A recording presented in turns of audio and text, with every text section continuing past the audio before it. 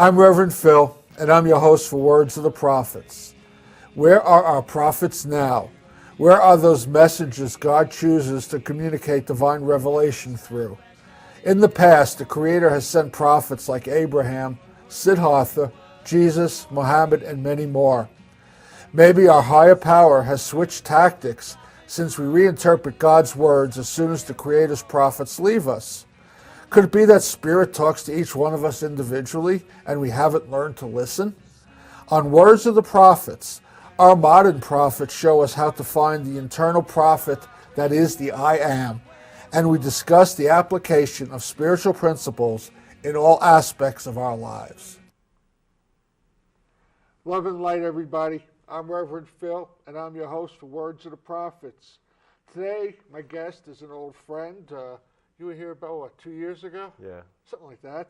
Today, my guest is Nicolai Bachman. Welcome. Thank you. Nicolai is the founder and director of Sanskrit Sounds. Today's prophetic topic is originating from the meditations of ancient sages. This phrase comes from the page About Sanskrit found on Nicolai's website titled Sanskrit Sounds. You'll find it across the top on the drop-down menu. The complete statement reads as follows. Sanskrit is an exquisite language from ancient India. There it is considered divine, originating from the meditations of ancient sages. The word Sanskrit itself means refined, well done. The alphabet is perfectly designed for the human vocal apparatus and is pronounced phonetically. And that sets the tone for what we're going to talk about here today. We're going to talk about mantras, chanting, Sanskrit, Vedas, how they all come together, why they all come together. And we're going to do a little mantra, chant, and a little meditation. So stay ready for the cue. But before we do all that, Nicolai, why don't we tell us your story? How did you come to be the person who is teaching chants and all this good stuff? Well, I started out doing yoga, and then I studied Ayurveda with Dr. Lad, and then my main Sanskrit teacher, Vyas Houston, came and gave a workshop where he taught us how to read the script in about 12 hours. And he was a wonderful teacher, and I fell in love with the language then. And I knew then that in order to get a very deep understanding of India and Indian culture, that I would need to understand that language. What drew you in initially? I mean, you make it sound like these things just kind of popped up out of nowhere, but I get the sense there was something deeper than that going on. Well, there are a few things. Everything I started to get exposed to from India, I really, really connected with. And they are all the sciences from India are very highly connected together. And Sanskrit's the foundation for all of them. And so that was there. Plus, when I learned more about the actual language and how beautiful it was and how, it's both intellectual and spiritual, it has kind of both sides of the brain going on also. I just kind of I kept getting more into it, and I kind of couldn't stop. Explain what you mean by both sides of the brain. Well, the Sanskrit alphabet is, as far as the left side of the brain goes, it's very logical. It's very well designed. It appeals to computer people, actually. Many computer people tend to, including me originally, tend to be interested in the language. On the other hand, it's very musical. It's very sacred. It's very esoteric. So it's very, in a sense, very creative because the alphabetical order itself even reflects the creation theory of the culture. When you talk about the creation, was Sanskrit something that evolved or was created or some combination thereof? Well, nobody really knows how Sanskrit started, so there are just a lot of theories. One that is probably I don't know if it's the most likely or not, there was a meditating sage, and the sounds just came through him, you know, and became the roots and the words of the language. Because this was an oral tradition long before it was written down. And so if you look at the way the alphabet is structured, it's very, very, very profound and very, also at the same time, very logical and very energetic in a sense. Can you expand on all three of those? Yeah, so well, I'll start with the energetics, and the vowels come first. And vowels are sounds that are considered to be subtle sounds, because when you make a vowel sound, nothing contacts. In other words, you say O, E, U. You're just shaping the mouth. You're not touching anything. The tongue isn't touching.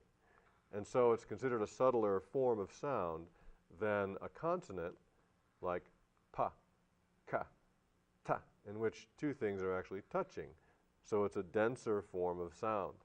So that's why in the alphabet, the vowels come first, subtle energy, and then the consonants are last, denser energy. And that's exactly the way creation happens in the Vedic culture theory. And also it correlates with modern physics too, where, you know, planets started out as gases, and then the gases created the molecules, you know, touched each other and created the heat from friction, and then it liquefied into water, you know, liquefied water element, and then eventually solidified into earth element. So it's not like our alphabet where our vowels are scattered throughout. You're saying all of them are packed up front. Right. Are there the same number of vowels? No. Sanskrit has some of the vowels. It's kind of interesting. There are really, it's considered to have really 14 vowels, but there are 2 special letters that are very, very special that some people consider vowels, but they're not really vowels. So if you look at the actual vowels, there are 14, 3 of which aren't really used that much. The frequency of use starts, the first vowel is the most used, and then it kind of goes down gradually, and the very last vowel is actually never used. And so there's a philosophical statement in that, I'd say. You want to elaborate? That's interesting. Why Sure. would they create it if they never use it? Well, remember that philosophically, if the first sound is the one that's used the first sound is actually and it's the only sound you can make with absolutely no movement of your jaw. You can just go like this and pretend your jaw is numb. And you can make the sound without moving your tongue at all. So that's the sound with no movement. That represents the point of stillness, the Purusha, the seer, the divine. Okay. And that's present in everything. So the being basic vocalization ends up being present in all the other sounds because you have to vocalize to make the sounds. So is everywhere. And then I, I, U. You go through the vowels, and when you get to the final, what's called a simple vowel, it's actually the sound is lr, but it's very difficult to make, and it doesn't even theoretically exist. It's in no word, it's in no root. It's just sort of a theoretical sound, but it needs to be there to fill out the vowels, because in Sanskrit you have 5 specific positions in the mouth that are where sounds are made. It's designed for the human palate. And so you learn all those mouth positions, and each one has 2 simple vowels, a short 1-beat form and a long 2-beat form. And so you go through all 5 mouth positions. Now the one that's very difficult to make is behind the teeth, the long form behind the teeth, and it just turns out that's just not used any at all except in mantra. How many consonants are there? I mean, how many letters are there in the Sanskrit alphabet? So there are 14 vowels, 2 special letters, and then 33 consonants, give or take. So some people add 1 to 3 consonants at the bottom of the alphabet, but those aren't unique sounds. They're combinations of consonants. From my perspective, what you're talking about, it sounds like somebody has designed a musical system more than a form of speech, or is it both? I'd say it's both. Sound is the highest priority in the language, much more important than the way that something's written or, like the script, way more important. It's all about the sound. And you can see that playing out in the language because when, for instance, when one word ends in a particular sound, the next word begins in another sound. If those two sounds aren't compatible, one of them will change so that they blend, so that the sound flows when you're speaking or chanting. When you say change, is that because we cannot handle the abrupt change if we don't do it correctly? It's because it causes an interruption in the flow. Can you give us an example? Sure, yeah. So there's a very famous saying, Vedic saying, soham. Originally that was saha, aham. Saha means that, aham, I. So the sentence is, I am that, which implies I am that divine inner light of awareness. Uh-huh. So the saha, aham, there's the break. See, hear that? Saha, aham. So that becomes soham. And so soham flows much better. Another common example, namaha, te, namaste. So let me understand this. We are adjusting the vocabulary to fit the phonetics, so to speak? You're not changing the words, you're changing the ending on the word. And the ending on the words, you put an ending on words so you know what part of speech they are in a sentence. Because in Sanskrit, you can put words in any order you want. There's no word order, which makes it very easy to write verse and poetry and everything. So when you change the ending, it doesn't actually change the word. The word maintains itself. I'm so blown away by that last statement. Why does it not matter what sequence you have a sentence in? Because for instance, let's say you have a word like Veda. Okay. So if you say Vedaha, that means Veda as a singular noun. If you say Vedaha, that means the plural, Vedas. If you say, by the Veda, you say Vedena. And so these endings go on the words to tell you how they're used in the sentence. Therefore, literally, you can put the words in any order you want, and then when you translate, you have to basically take what you see and put them all into our English order to make sense of it in our language. Remember, India is a very circular type of society. It's not as linear as the Western societies. So just by putting a bunch of words together in any shape, so I wanted to say something like, I read the Veda and I didn't understand it. Mm-hmm. We could say that by read, didn't understand Veda, and people would understand no matter how I form those words around. Yeah. That's fascinating. Yeah, it makes it very easy to write chant, because you want to do, when you write a verse, you want to both have the right words, but you also want to put the words together so the sounds flow the best.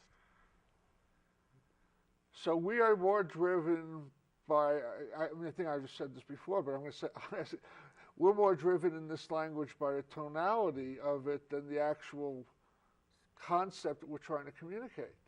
The tonality drives the concept instead of the concept driving the tonality. The sound is where it's at.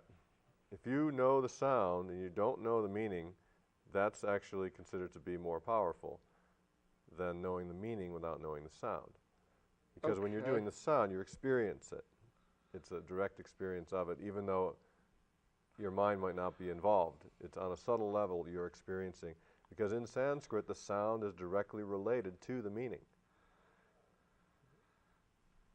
So this goes back to let's define a few terms. I know people have seen the show. We've had a number of people on who've talked about them, but for the people who haven't or don't remember. Let's define a couple of terms. Let's start with, we did Sanskrit. Let's define the Vedas. So Veda means knowledge or science, and these are 4 Vedas, and they are the oldest texts from India. And so most of the philosophy and sciences coming out of India that have developed over time ultimately are rooted in the Vedas. And they're very long texts. They're all written in Sanskrit. They're all chanted.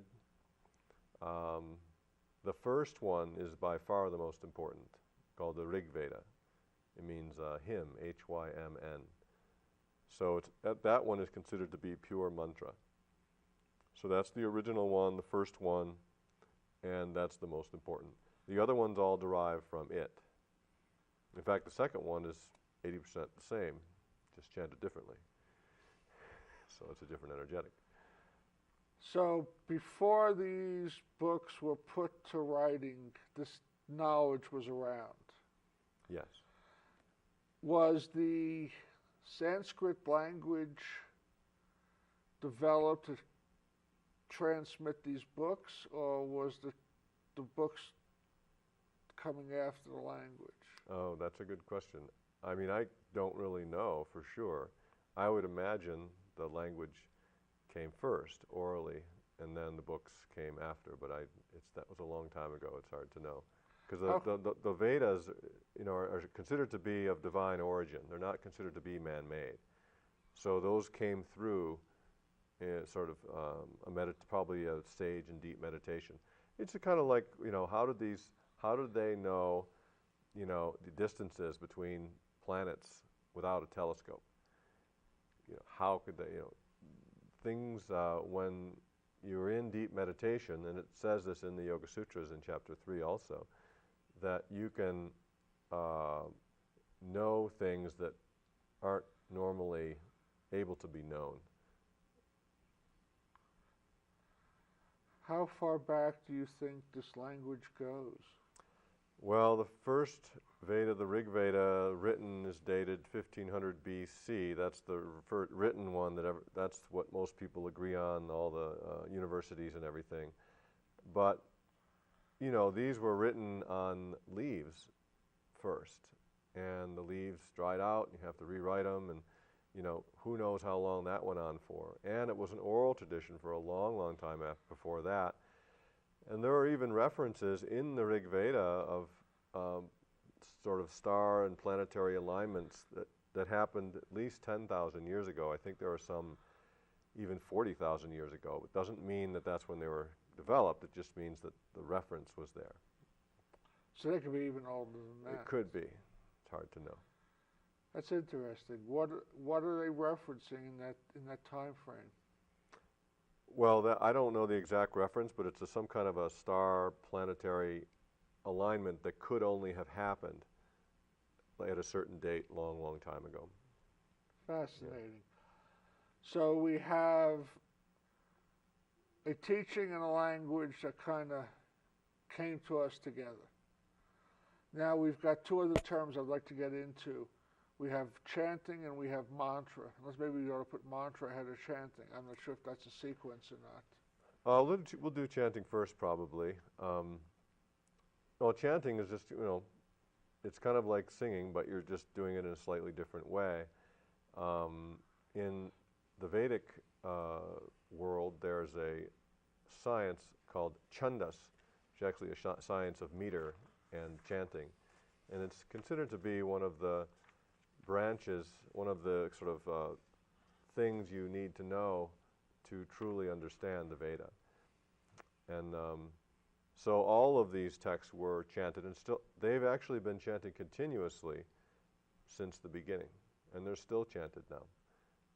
You'll have families in India that are Rig Veda families, and their dharma, part of their dharma is to preserve the sound of that Veda. So they will learn that whole Veda starting from a young age. How large is the Rig Veda? Oh, I think it's about something like 1,018 suktas. I'm not sure exactly how many verses it is. It's pretty long. It's not as big as those big epic, Mahabharata, 100,000 verses. It's not like that, but it's pretty big. And the thing is, it's very symbolic and very poetic. It's not meant to be taken literally. So it's when you read poetry, you can take it several different ways, and sometimes with the Veda you have to have some context to understand what's going on. And so it's hard to just pick that up and read a verse and think you're going to understand it, because it might use a word like what would normally be translated as cow, and if you think it's a cow, it's not going to make any sense. But if you know that word also means light, then it starts making sense. How long does it take somebody to master chanting the Veda, the Rig Veda? Well, chanting, remember, you can do chanting without knowing what anything means. So to learn how to chant, there's actually a wonderful place in Santa Fe called the Vedic Chant Center, run by Sonia Nelson, and that's a great place. San Mateo. It's over on San Mateo in the Ironstone Gardens, and that's a great place to learn how to Vedic chant. There aren't that many of those in the country, if any. So that's actually, I studied there quite a bit with Sonia. She's a wonderful teacher. So, but we weren't doing any meanings. We were just learning how to chant in the Vedic way. And that's one style of chanting. It's probably the oldest style. What do you gain from chanting without knowing meaning? You experience the meaning through the sound. Remember, the sound is related to the meaning. The sound expresses the meaning.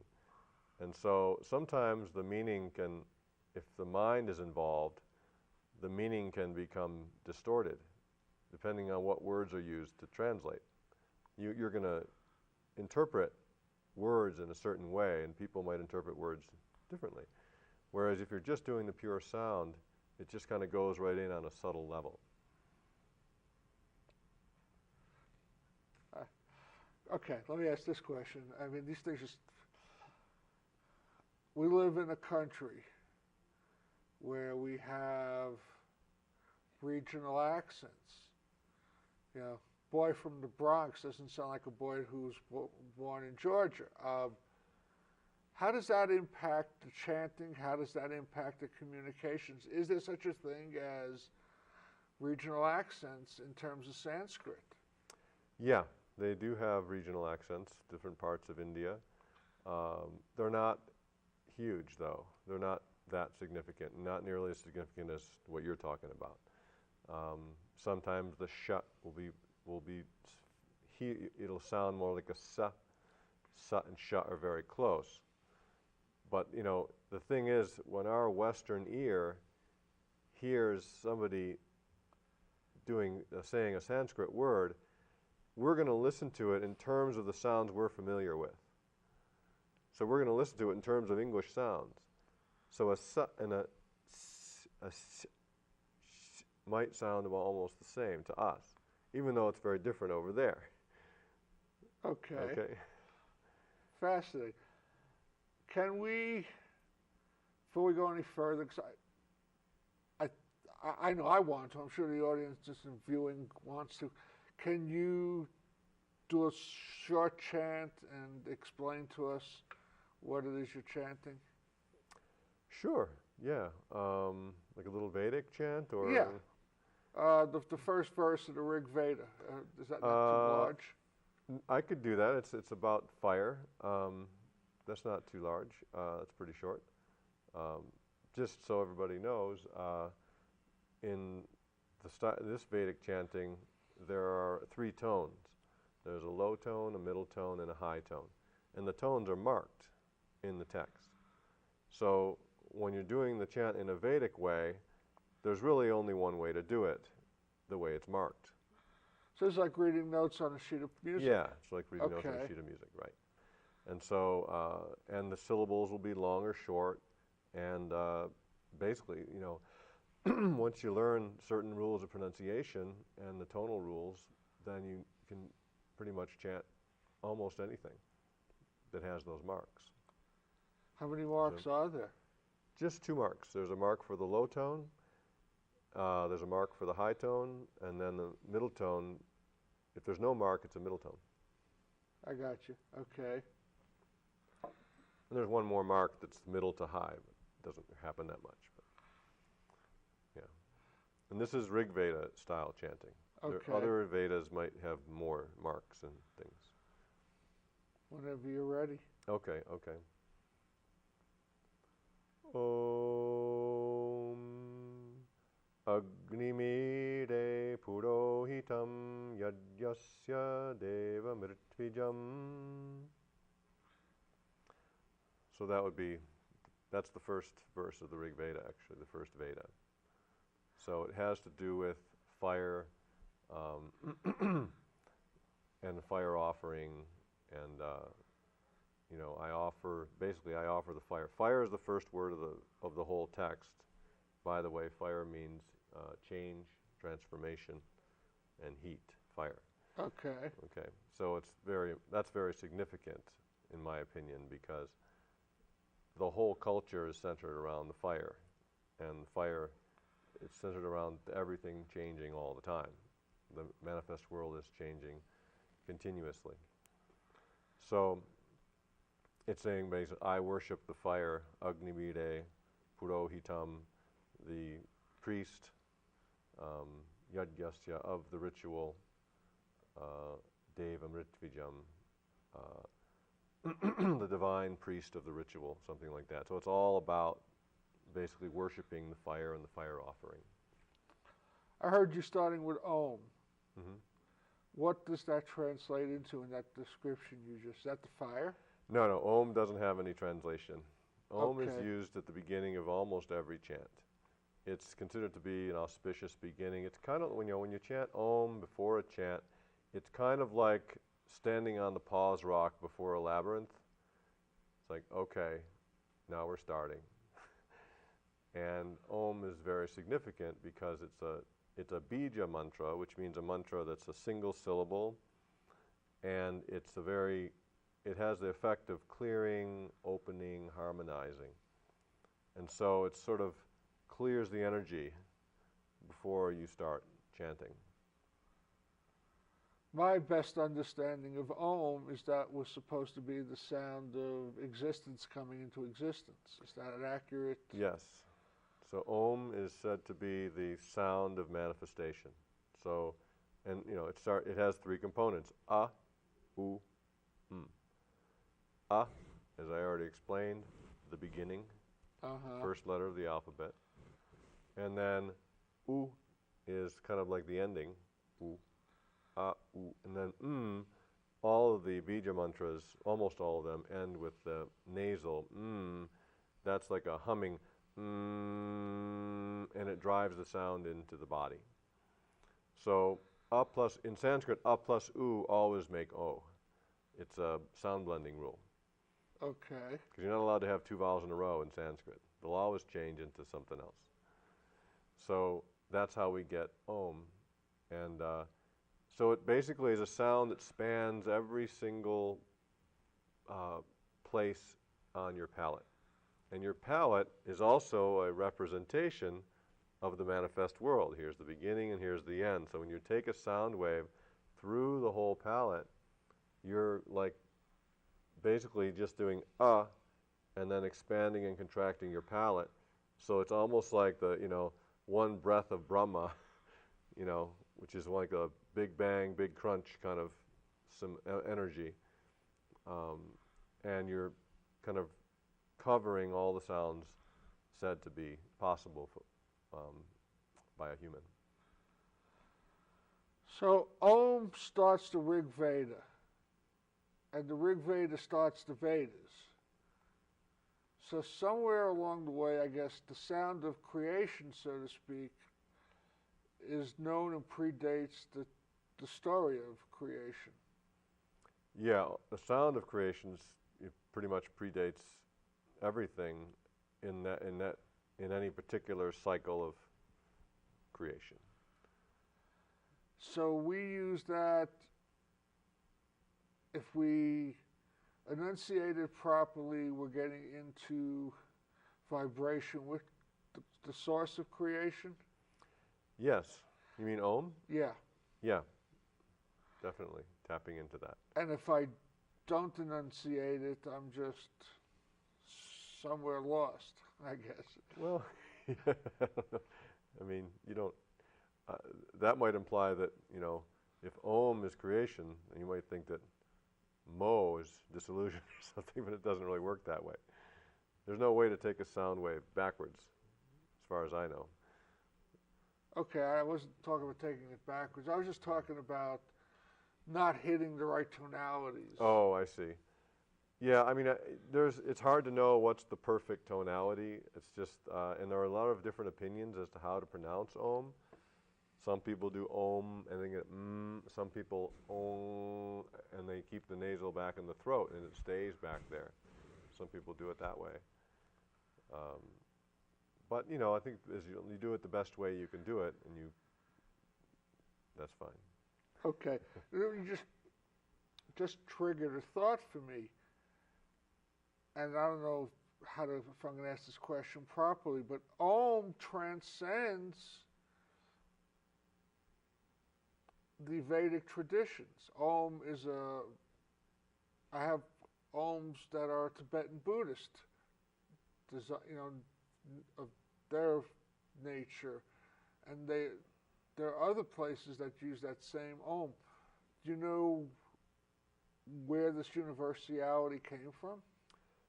Well, Tibetan, I believe, came from Sanskrit, and the Om, the Vedic culture is a lot older than, many other cultures. So I think Om probably began, in the Vedic culture and then spread from there. Okay. So you talked about seed mantras. What does that mean? Seed mantras, they're called Bija Mantras. Bija means seed. They are typically single syllable sounds that have specific effects. They're not words that have meanings. They're sounds with effects. And so in the science of mantra, each little sound will have a certain effect. And then sometimes you put the sounds together to have a different effect. In other words, you consider a Bija mantra to be like a laser beam of sound. So if you want a certain effect, you do a certain mantra. For example, let's do cream. It's K-R. It would be written as an English I, but it's pronounced E. And then all of them have the at the end. So cream is from the same, it's related to the word karma. Cream is the mantra for action, for getting things going. And the letters, the K, the K is the first consonant, represents initiation, starting something, starts the consonants. The R, the second component of cream, represents fire. R is always fire. And fire is also very active. The E represents the feminine. So we have the R and the E, the masculine and the feminine, the heat and the cooling, there together. And then the K, the initiation. So the cream, it's still one syllable, but it's three sounds plus the That cream, if you chant it enough times, the effect will be to get things going. When you say get things going, you mean getting energy flowing within us?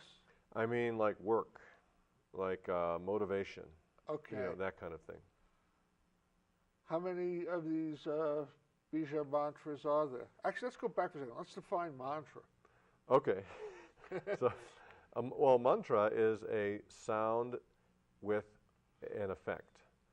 And so, remember, sound and meaning are related. Now, Bija mantras, the Bija mantras are the smallest mantras, and you can get bigger and bigger and bigger.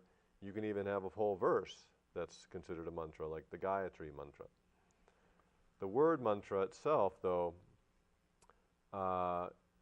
most mantra, the purpose of it is to provide a point of focus during meditation.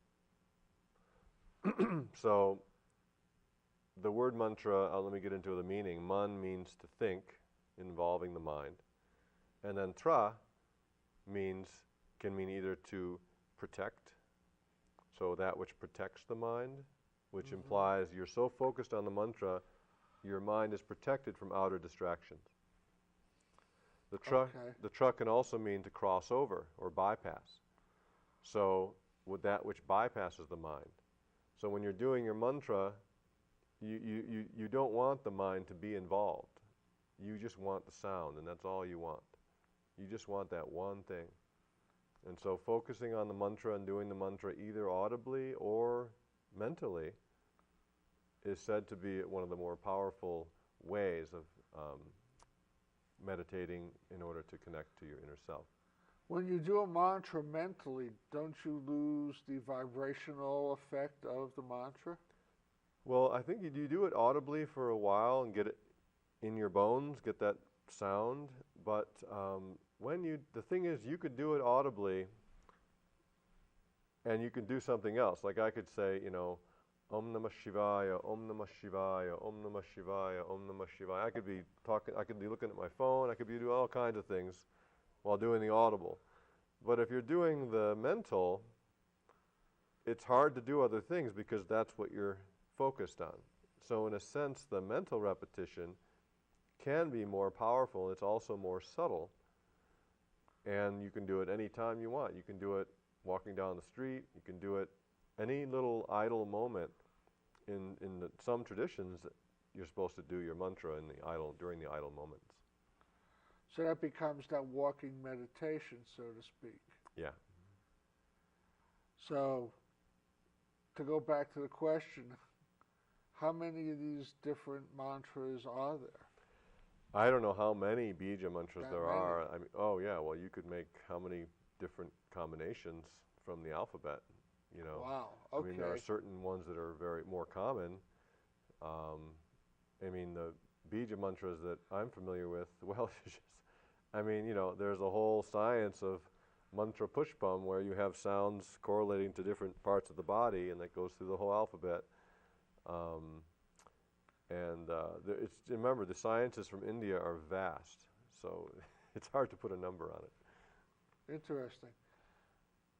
Do we want to do a little mantra chant, let people kind of go off for meditation for a moment or two? Yeah, should we do, want me to do a little Bija mantra or Om, or what do you think? Can we do a combination of two? Because, I mean, a lot of people hear Om. Mm-hmm. That's the most common. Yeah. I can do a little mantra that will be to the heart. It starts with Om, and then it goes Hrim. Hrim is the primary bija for the heart. And then it goes Hamsa Soham, which is the type of mantra that's an inversion. I haven't talked about that kind yet, but Hamsa Saha Hum. It's an inversion. It's another kind of mantra, but it's all about the sounds, remember. But Hamsa Soham means I am that soul. And then Swaha at the end means like, here you go. There it is. Like, it's hard it doesn't have a definition. It just kind of means, when you offer something into the fire, you say Swaha. So the mantra goes Om, Hrim, Hamsa, Soham, Swaha. And you just keep repeating the sounds over and over again. Yeah. So we can do it maybe 9 times if everybody wants to close their eyes. Okay. Okay, so let's... And you do this while counting. You can count while you're doing I'm going to count the Vedic way. So 1, 2, 3, 4, 5, 6, 7, 8, 9. That's one way to count. You can get up to 12 on a hand. And in Vedic chanting, we count that way. So that's how I'll count. That way I don't have to be going like this. Well, I was thinking of the mala beads. Oh, that's another way too. I don't have a mala bead with me right now, but that's another way. So. And if I don't come out of it, just take over the show. Okay, so let's chant this mantra 9 times. Om Hrim Hamsa Soham Swaha. Om Hrim Hamsa Soham Swaha.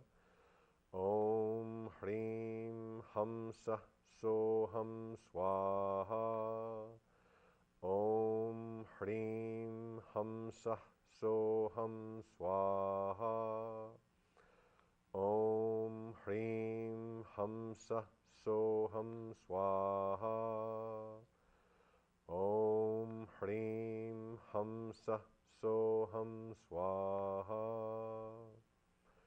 Om Hrim Hamsa Soham Swaha.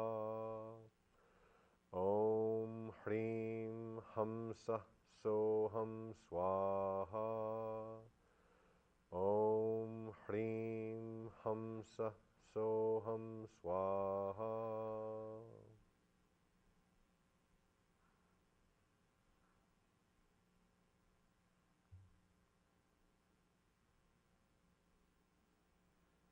So people can chant this and just keep repeating it for as long as they want.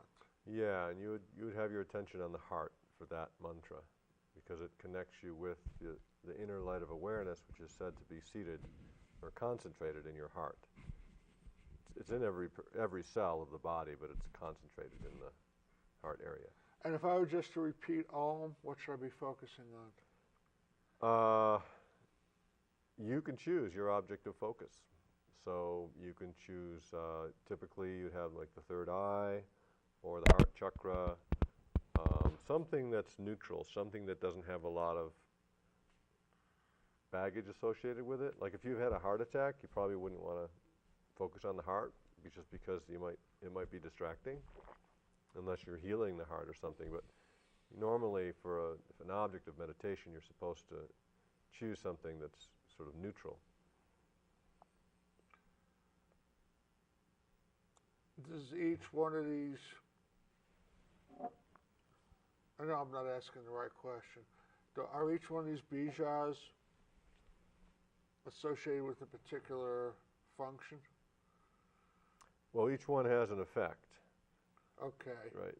So Om has the clearing, harmonizing effect. Cream has that effect of getting you going, motivation. Then you'll have like Shreem, that will be one for prosperity, things like that. Yeah. Do I gain by being in a group chanting the same, or am I better off doing it on my own?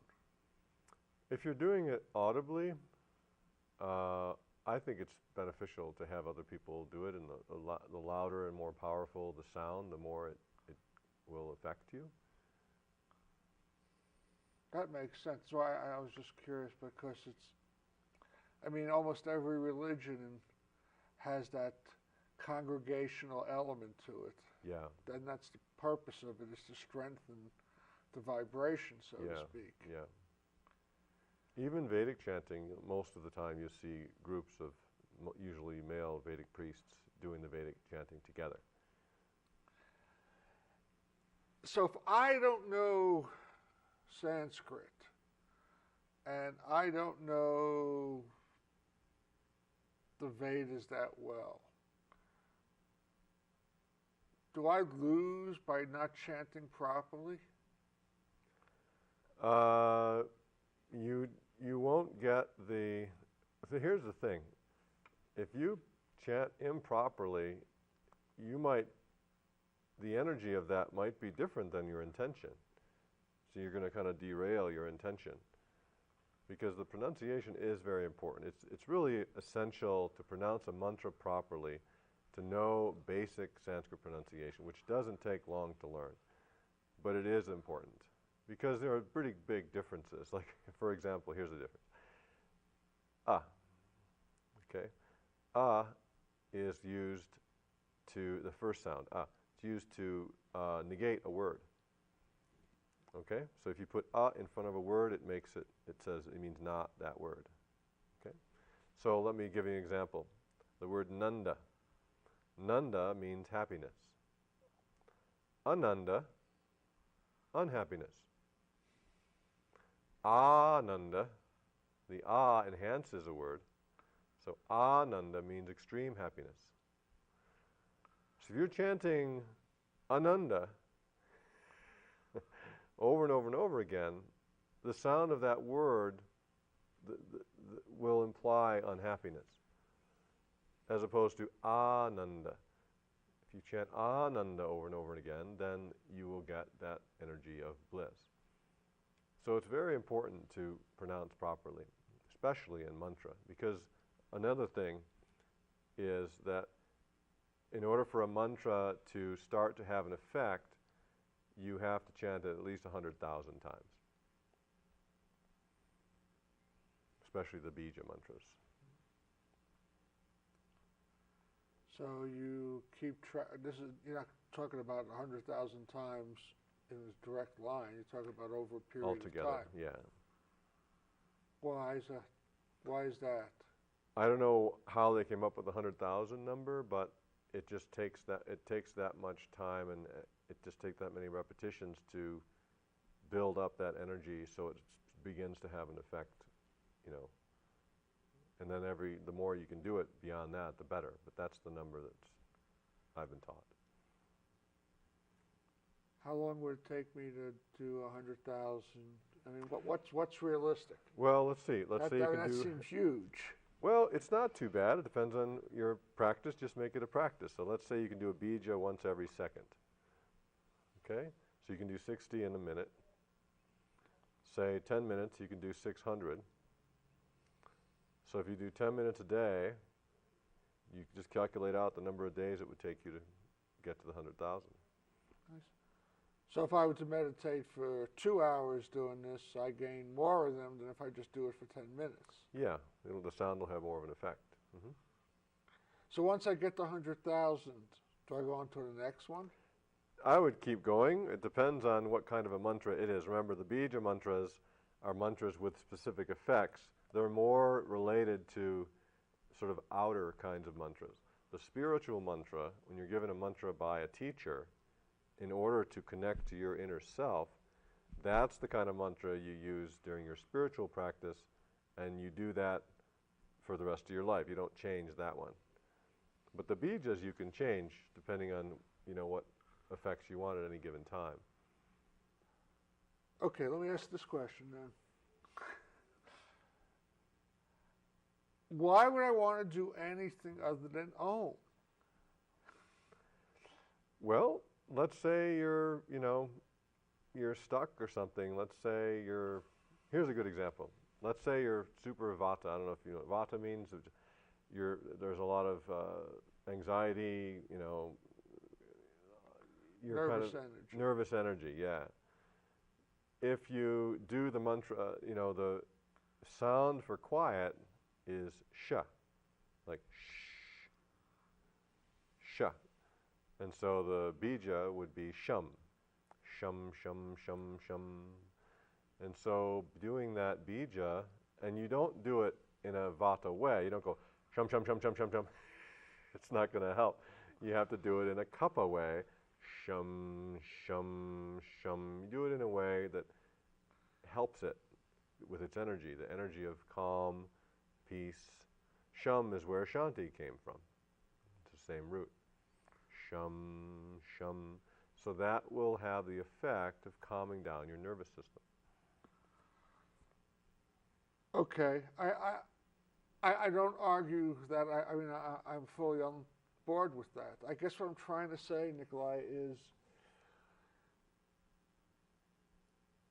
if Om is the gateway to everything, so to speak, then why would I want to get specific when I can be working on all of me with that one tonal quality? Well, Om is kind of a generic kind of mantra, and it will be have a very positive effect, but it won't be specific. So if you You see what I'm saying? If you don't want it to be specific, it all depends on what you want to use it for. If you want to use Om in the Yoga Sutras in Chapter 1, it talks about chanting the pranava, which implies Om, will connect you with, the universal teachings, connect you with the divine, just by chanting Om. Well, So if that's what you want to do, then Om would be a great mantra to use. Well, once I connect to the divine, then everything should fall into place. Why would I be specific on, you know what I'm saying? Right, but connecting with the divine is usually temporary. Usually it occurs maybe either while you're in meditation, but it doesn't usually happen 24/7. So all that other time when you're not connected to the divine, you might want to have some other effect in your life, Okay. We are starting to run down on time. Got any announcements you want to make? Well, I will be on my website, sanskritsounds.com. I will be releasing the Sanskrit chant packs pretty soon, probably in the next 2 weeks, which are downloadable albums of many, many different chants based on certain themes. One is, devotion. One is the feminine and the goddess. One is unity, peace, and service. And there are a set of chants related to that theme. And the purpose is to learn. I just do the chant straight on one track, each of the chants in the album, so you can hear the chant with no other interference. So you can learn the chant, and then a second track, I actually guide you through how to do the chant. So it's the purpose of those chant packs is to learn how to do the chant. So that's the only announcement I would have. I think I'll be coming out with those in the next couple of weeks. So we've been flashing your website, which is www.sanskritsounds.org. .com. Yeah. And they just keep checking in on that, and they would... Keep checking in. Remember, VedicChantCenter.org is the website to learn how to do Vedic chanting if you're interested. Do you record these chants in a sound studio? Do you record them at the Vedic Center? I mean, is there a dynamic that's more conducive to chanting than others? Yeah. I mean, it's better if you have a space that, like a recording studio, where the sound's actually the best. If you want a lot of the reverb, is to be in a space with a lot of water, because the water is great for holding that sound. I did all my chants in my own little space. It was very quiet.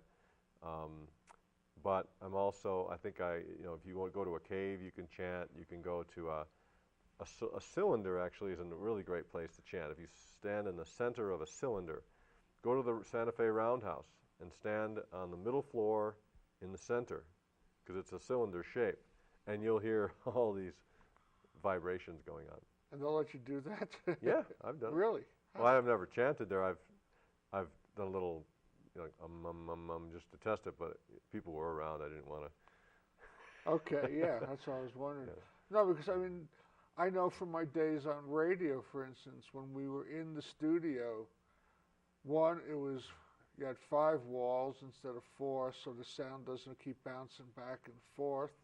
We had soundproofing to keep the sound in and keep the other sound out. So I was just wondering if, that place is set up like that, like a chant center might be a special room made up for that. Oh, that's a great idea. I don't think it is right now. That would be a really great idea. I had a directional microphone, so it only took sounds coming in from my voice. It didn't take anything else. And so I just chanted that way into my microphone, and it came out very, very high quality, actually. But yeah, ideally, have a whole separate room built for chanting. Is that anything they touch on in any of the Vedas as to the proper environment for chanting? Or? Most of what they say is like you should clean. Sitting on grass. You're supposed to, when you Vedic chant, you're supposed to take off your shoes. I think wash your feet. There's a whole ritual that you would go through in India before you start chanting, and it's mostly a cleansing, purification ritual because the Vedas are considered to be so sacred. All of the Vedas. Yeah. Okay. And do any of the texts that come after that, do they get chanted? Yeah. Everything So we gets could chanted. chant the Upanishads, we could chant the sutras, Mm-hmm. and they follow the same structure and the same guidelines as the Vedas do? No. The Vedic are marked with the tones. Upanishad, I think some are marked because a lot of Upanishad verses come from the Veda. So Vedas and Upanishads are grouped into this category called, Shruti, means heard. It means they're divinely, they're considered to be divine. Vedas and Upanishads. Everything else is considered to be man-made.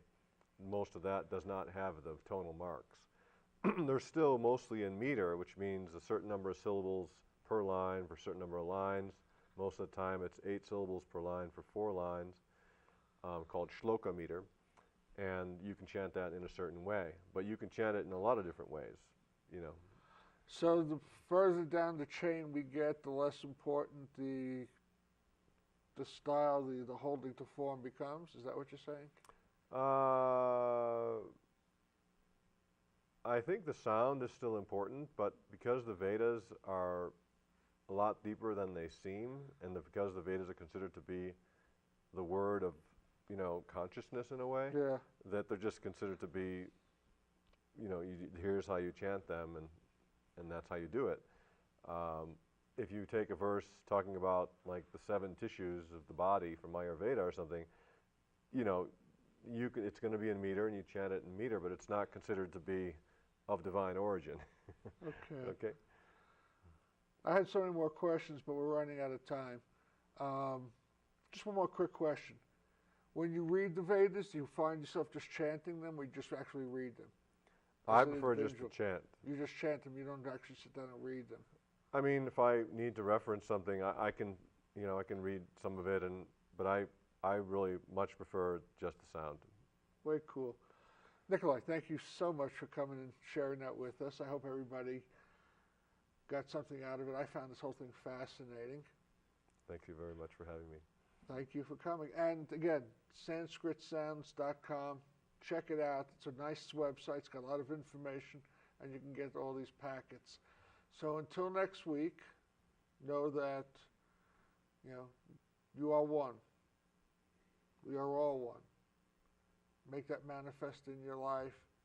Watch your life change. Until we see you again next week, blessings to you all. I'm Reverend Phil, and I've been your host for Words of the Prophets. Thank you for tuning in. Please join me again next week, same time, same channel, for more Words of the Prophets.